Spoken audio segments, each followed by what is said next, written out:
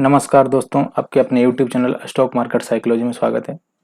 दोस्तों, इस वीडियो के माध्यम से हम पूरे जो ऑप्शन चेन है part by part full option chain हम सीखेंगे कि क्या हमें ऑप्शन चेन कैसे एनालिसिस करना है, ऑप्शन चेन हमें क्या इंडिकेशन कर रहा है, हमको ऑप्शन चेन क्या पहले संकेत दे देता है, उसमें क्या क्या फैक्टर हैं जो कि एक बेसिक चीजें हैं जो मार्केट में बिल्कुल नहीं बताया जाता है, और उसमें से क्या क्या कंपोनेंट हैं जो सारे कंपोनेंट्स जिसको क्या है ऑप्शन प्राइसिंग और प्राइस जो इफेक्ट करता है।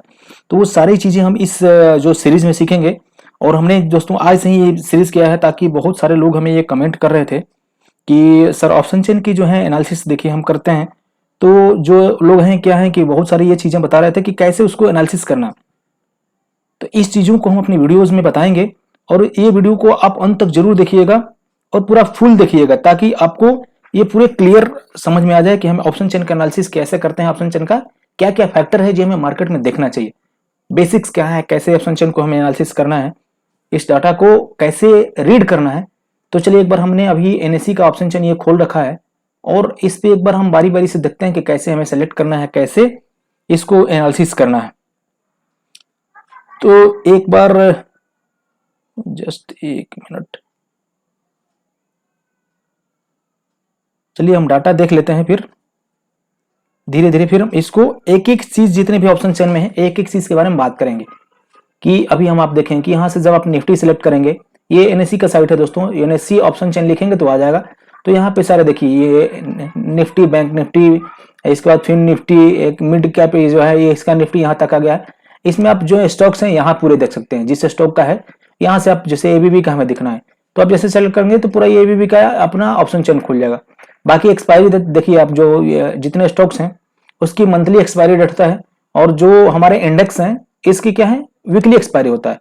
तो ये आप चीजें यहाँ से सेलेक्ट करते हैं। आप देखें जैसे मान लें 21 अप्रैल का मैं डाटा लेता हूँ, आप यहाँ चाहें तो ये जो डाउनलोड भी कर सकते हैं पूरा यहाँ से सीबीबी में जो कॉमा जो है यहाँ पे सेपरेट वैल्यू यहाँ से आप डाउनलोड करेंगे तो ये पूरे डाउनलोड भी हो जाएगा। आप इसमें से भी जो है फाइल एक्सट्रैक्ट कर सकते हैं।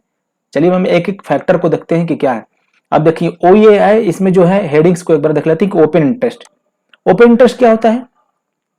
ओआई मतलब ओपन इंटरेस्ट, मतलब अगर हम जो पोजीशन बना के अगर गए हैं उसको क्लोज नहीं किए हैं, जो भी हमने कॉन्ट्रैक्ट बनाया है वो अगर क्लोज नहीं है, जिसको हम कैरी फॉरवर्ड करके ले गए हैं, यानी हम उसको क्या क्या होल्ड करके ले गए हैं, पोजिशनल लेके गए हैं, वो क्या है हमारे ओपन इंटरेस्ट है।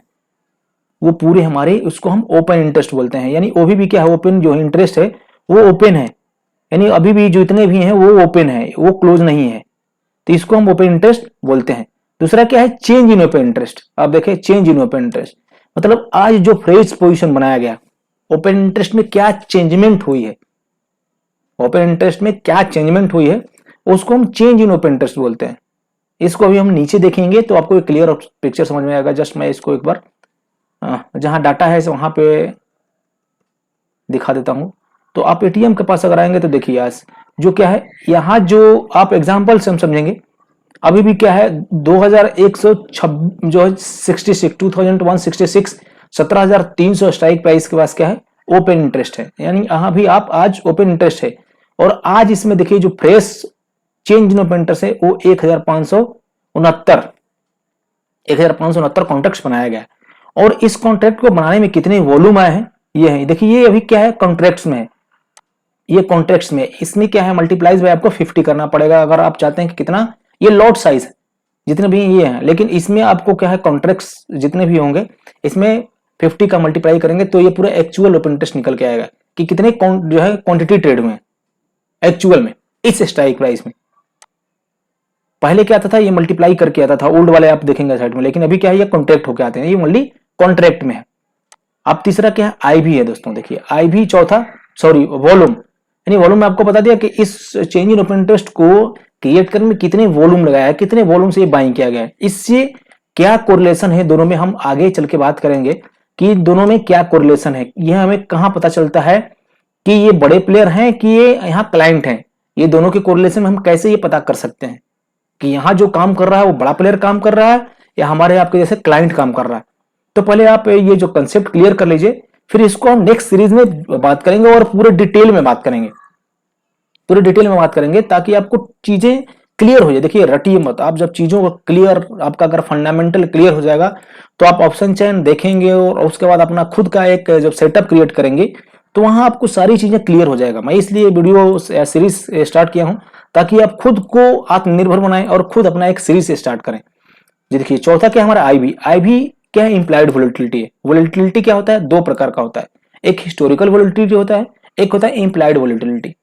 इसके बारे में हम एक अलग ही चैप्टर है, वोलेटिलिटी को हमको क्या बोलते हैं, पूरे ऑप्शन का ये सूर्य होता है। ये पहले बताता है कि मार्केट में कितनी वोलेटिलिटी रहने वाली, यानी आपको क्या होता है, ये देखिए ये 17,550 के पीस क्या है, ये 12% वोलेटिलिटी है।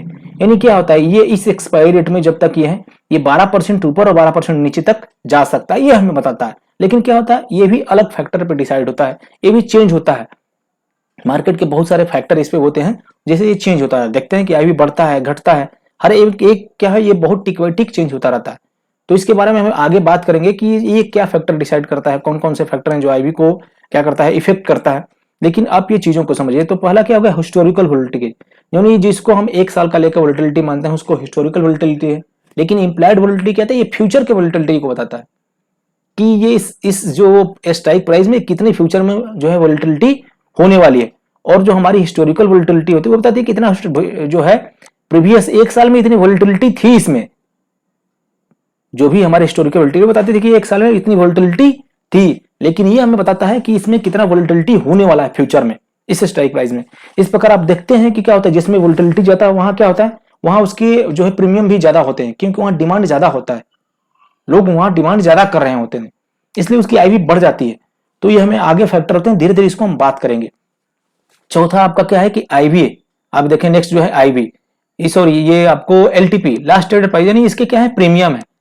प्रीमियम किस मेन देखिए क्या है, मार्केट में सब कुछ प्रीमियम के ऊपर ही है, ये प्रीमियम ही सबको चलाता है। अगर प्रीमियम कम है तो वहां कौन काम कर रहा है, प्रीमियम ज्यादा है तो कौन काम कर रहा है, प्रीमियम के क्या क्या फैक्टर हैं, किस किस फैक्टर पर प्रीमियम डिसाइड होते हैं, इसको हम भी बात करेंगे। तो प्रीमियम में देखिए आईवी बहुत बड़ा इंपॉर्टेंट है। इसके बाद आपको ग्रिक्स बहुत सारे इंपॉर्टेंट है, इसमें टाइम डीके बहुत सारा इंपॉर्टेंट है, बहुत ज्यादा टाइम डीके भी काम करता है। हम ये भी बात करेंगे कि कहाँ आपको क्या है टाइम होता है, टाइम वैल्यू होता है, कहाँ इंट्रिंसिक वैल्यू बात होता है। अब ताकि प्रीमियम जब हम निकालें तो आप देखें, आप जब देखेंगे कि डीप इन द मनी होता है वहां क्या है, प्रीमियम बहुत ज्यादा नहीं बढ़ता है, आपको फिर far out of the money में प्रीमियम नहीं बढ़ता है। वहां क्या है, एटीएम के पास ही क्या है, बहुत ज्यादा यहाँ क्या वोलेटिलिटी होती है। क्यों ऐसा होता है, हमारी जो इंट्रिंसिक वैल्यू कहाँ होता है, इन द मनी में होता है कि आउट ऑफ द मनी होता है, उसको हमें कैसे निकालना है मार्केट से, उसमें टाइम वैल्यू कितना है, ये सारी चीजें हम अपनी स्टेप बाय स्टेप एक बात करेंगे। तो हमारा ये हो गया आपको एलटीपी। दूसरा चेंज क्या है कि उसमें कितना जो है प्रीमियम में कितना क्या है चेंज हुआ है, कल के बदले, कल के मुकाबले आज उस प्रीमियम में कितना चेंजमेंट हुआ है, कितना बढ़ा है, कितना डिके हुआ। देखिए मार्केट जब ऊपर गया है तो ये प्रीमियम क्या है, बढ़ा है, मार्केट जब नीचे आया है तो ये कॉल की तरफ क्या प्रीमियम डीके हुआ है। तो हाँ हमें प्रीमियम भी देख के होता है कि कितना प्रीमियम डीके हो रहा है, तो हाँ कौन प्लेयर है, बड़ा प्लेयर वो कर रहा काम कि छोटा प्लेयर काम कर रहा है, ये सब चीजें ये आपको चेंज इन जो एलटीपी है उस पर भी डिपेंड करता है, और इस चीजों को देख के आप बता सकते हैं। बाकी आपको देखिए बिड प्राइस है, यानी ये आपको कितना जो बिड क्वांटिटी, कितनी क्वांटिटी की डिमांड की जा रही है, बिड प्राइस, उसकी प्राइस क्या देने के लिए लोग तैयार हैं, ठीक है, और कितनी क्वांटिटी बेची जा रही है, आस्क क्वांटिटी, और उसको लेने के लिए कितना। आप देखिए जितनी भी आस्क क्वांटिटी ऑलवेज बीज क्वांटिटी से ज्यादा होता है। मैं डिमांड ज्यादा करूंगा, मैं डिमांड ज्यादा करूंगा किसी भी चीज के लिए, लेकिन देने वाला और जब डिमांड करने वाला दोनों की जब प्राइस मैच होगी तो वहां क्या एक कॉन्ट्रैक्ट बन जाएगा। हर एक कॉन्ट्रैक्ट में बायर और सेलर दोनों होता है। आप ये जितने भी कॉन्ट्रैक्ट बने होंगे इसमें क्या है, एक बायर होगा एक सेलर होगा, तभी एक कॉन्ट्रैक्ट बनेगा। मान लीजिए मैं किसी चीज को बाजार में जाता हूं, 10 रुपए देने के लिए तैयार हूं, 10 रुपए देने के लिए तैयार हूं, और वो क्या है, जो सेलर है वो मुझसे 10.5 रुपए की डिमांड कर रहा है, तो मैं क्या, मेरी वहां कॉन्ट्रैक्ट नहीं बनेगी, मैं उससे नहीं ले पाऊंगा, है कि नहीं। लेकिन जैसे ही वो 10 रुपए, या तो वो मुझे 10 रुपए में देने के लिए रेडी हो जाए, या फिर मैं उसको 10 रुपए 30 पैसे देने के लिए रेडी हो जाऊं, तभी जाके कॉन्ट्रैक्ट बनेंगे। अगर मान लीजिए वो मेरे से कोई ये सेलर है, वो मुझे डिमांड करता है कितना, 10 रुपए 30 पैसे की किसी चीज की, और मैं उसको क्या करता हूं 10 रुपए देने के लिए रेडी हूं, लेकिन अगर मुझे बाई करना है तो मुझे या तो 10 रुपए के जगह 10 रुपए 30 पैसे देने पड़ेंगे, या फिर जो सेलर है उसको 10 रुपए में मुझे सामान देने पड़ेंगे, तभी जाके एक कॉन्ट्रैक्ट बनेगा। तो सेम चीजें यहाँ पे हैं, आप ये चीजें देख सकते हैं कि जो भी बायर और बिड प्राइस और आस्क प्राइस में थोड़ा सा डिफरेंस होता है, लेकिन ये प्राइस जैसे ही मैच होता है वहां क्या होता है, कॉन्ट्रैक्ट एक बन जाता है और वो सेल हो जाता है। ये फैक्टर आपको यहाँ होगा। बाकी आप ये देखें, आपको यहाँ क्या है, स्ट्राइक प्राइस है। हर एक स्ट्राइक प्राइस 50 के क्या है, इंटरवल में है। देखिए 350, 300, 250 ये क्या है, डिसाइड होते हैं। हर एक स्टॉक्स के अलग होते हैं, आपको इंडेक्स के भी अलग होते हैं। आप जो निफ्टी, बैंक निफ्टी का जाएंगे तो वहां 100 है, यहाँ 50 या में होता है। तो इस प्रकार इतने फैक्टर हैं। सेम फैक्टर आपको देखिए ये पुट की तरफ भी है, सेम ही फैक्टर काम करता है। लेकिन क्या है, अगर पुट और कॉल में क्या है, दोनों तरफ बायर और दोनों तरफ सेलर होते हैं, दोनों तरफ बायर और दोनों तरफ सेलर होते हैं। चलिए अब थोड़ी हम एक बात कर लेते हैं कि मान लीजिए मार्केट क्या है, अभी आज जो क्लोजिंग मार्केट का वो 17,000 आपको 575 के पास क्लोज हुआ है, 17,575 रुपया, सॉरी 17,575 के पास क्लोज हुआ है। तो 17,575 के पास जो 17,575 के ऊपर यानी 17,575 से जैसे 76 होगा तो हमारा एटीएम क्या हो गया, 17,000 आपको 500 हो जाएगा। 17,500 आज 17,545 पे हुआ है, इसलिए आपको एटीएम 17,500 दिख रहा है। लेकिन जैसे ही ये 17,575 के नीचे यानी 17,574, 15,073 हर 25 के ऊपर जैसे ऊपर जाएगा तो हमारा नेक्स्ट जो है वो आपको स्ट्राइक प्राइस वो एटीएम हो जाएगा। उसके जैसे नीचे रहता है तो वो हमारा अगला एटीएम हो जाएगा। जैसे आप देखें, मैं आपको एग्जांपल देकर बताता हूं कि अभी जो हमारा मार्केट का क्लोजिंग है वो 17,575-45 पे बंद हुआ है। 17,500 देखिए 75 65 पे, तो जो 17,575 के ऊपर जो नेक्स्ट हमारा स्ट्राइक प्राइस कौन सा होगा, 17,500, 475 पे हुआ है 17,500, ये कहां तक चलेगा, 17,525 तक। 17,525 के ऊपर जैसे ही 17,525.30 या 0.20 0.1 होगा, वो नेक्स्ट हमारा स्ट्राइक प्राइस क्या हो जाएगा, 17,550। लेकिन जैसे ही आपको ये इसकी वैल्यू 17,550, 17,500, 425 सॉरी 17,425 के नीचे आ जाएगा तो फिर हमारा क्या हो जाएगा, आपको 17,400 का हो जाएगा। तो ये चीजें आप यहां से कैलकुलेट कर सकते हैं या देख सकते हैं, आपको बस समझने के लिए बताएं हम। तो ये हमारा स्ट्राइक प्राइस कैसे कैलकुलेट होता है इसको हमने बता दिया। अब नेक्स्ट फैक्टर है आपको है कि हमें इसमें देखिए कॉल और पुट क्या है, कॉल में क्या क्या फैक्टर है, पुट में क्या क्या फैक्टर है। देखिए जो भी एटीएम है, आपने एटीएम समझ लिया, एटीएम के जो अगर मान लीजिए 17,500 एटीएम है तो एटीएम के नीचे 17,450 होगा कॉल साइड में, इसको हम कहेंगे आईटीएम। ये होगा आईटीएम यानी इन द मनी, इसको हम बोलेंगे इन द मनी। कैसे है, यानी इन द मनी इसलिए है कि ये जो है 17,550 के नीचे है, 17,500 के नीचे है, यानी 17,500 के नीचे जो भी 17,450, 17,400, 17,350, 17,300 ये कॉल के लिए क्या हो गया, इन द मनी हो गया। आप ये कॉल के लिए क्या हो गया, इन द मनी। आप ये चीजें देखिए, इसको क्या है, हल्का डीप कलर है। और सेम चीजें पुट के लिए क्या हो गया, ये हो गया ओटीएम, पुट के लिए आउट ऑफ द मनी हो गया। आप ये ओटीएम को आउट ऑफ द मनी बोलते हैं, यानी ये आउट ऑफ द मनी हो गया। इस चीजों को आप याद रखिए, धीरे धीरे आपको ये समझ, अगर आप इस चैनल पर नए हैं तो आपको ये धीरे धीरे बिल्कुल हो जाएगा, आप देखते जाएंगे। और अभी क्या है, 17,500 के ऊपर जो 17,500 के ऊपर की जो भी स्ट्राइक प्राइस होंगे, जैसे 17,550, 17,600, 17,650, ये सब क्या है, ये कॉल के लिए ओटीएम हो गए। ये देखिए कॉल के लिए ओटीएम हो गया, यानी 550 के ऊपर जो भी होगा कॉल का वो हो गया कॉल के लिए ओटीएम, और 550 500 के नीचे जो भी होगा वो आपको आईटीएम हो गया। ये हो गया आईटीएम कॉल के लिए, ये हो गया आईटीएम, यानी ये कॉल के लिए आईटीएम हो गया। और सेम चीजें पुट की तरफ हो गया। अब इसका उल्टा कर दीजिए कि जो भी 17,500 के नीचे होगा, यानी 17,500 ये क्या है, उसके नीचे जो भी ये स्ट्राइक प्राइस है वो कॉल के लिए, ये पुट के लिए क्या हो गए, ओटीएम हो गए, पुट के लिए ओटीएम हो गए। और उसके ऊपर जो हमारे कॉल के लिए ओटीएम थे वो पुट के लिए आईटीएम हो गए।